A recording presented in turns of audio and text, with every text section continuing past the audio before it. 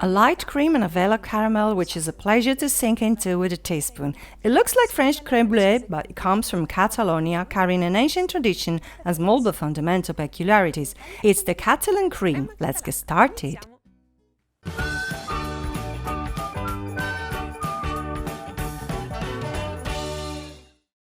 First, I have to blend the cornstarch in some cold milk.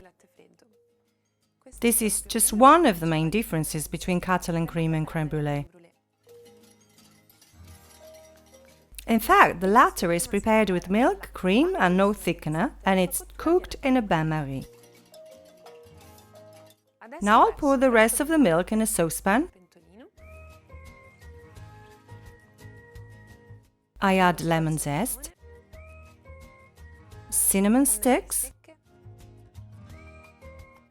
and sugar. A nice stir, and I let the mixture reach the boil.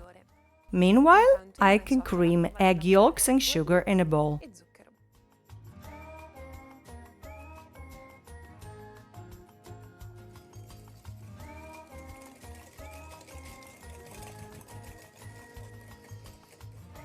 I add the cornstarch and cold milk blend.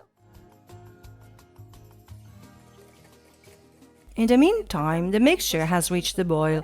I can add it, filtering it through a strainer.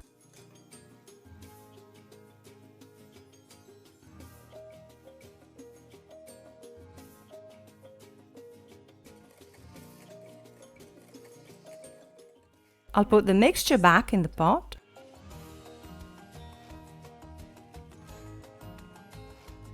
And let it thicken at low temperature for a few minutes.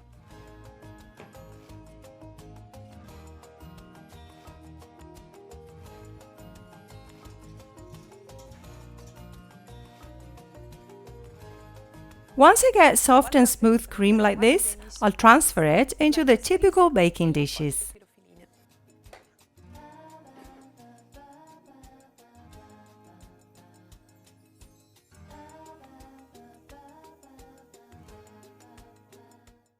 And once it's cooled, I can let it thicken in the fridge for about 2 hours. My ramekins are well cooled and clotted. It's time to sprinkle them with brown sugar. The Catalan cream is traditionally prepared on the day of San Jose, which is celebrated by burning some dummies, a bit like the sugar that is burned for the preparation of the dessert. Traditionally, sugar was burned with a special incandescent tool, but alternatively, a torch will be fine.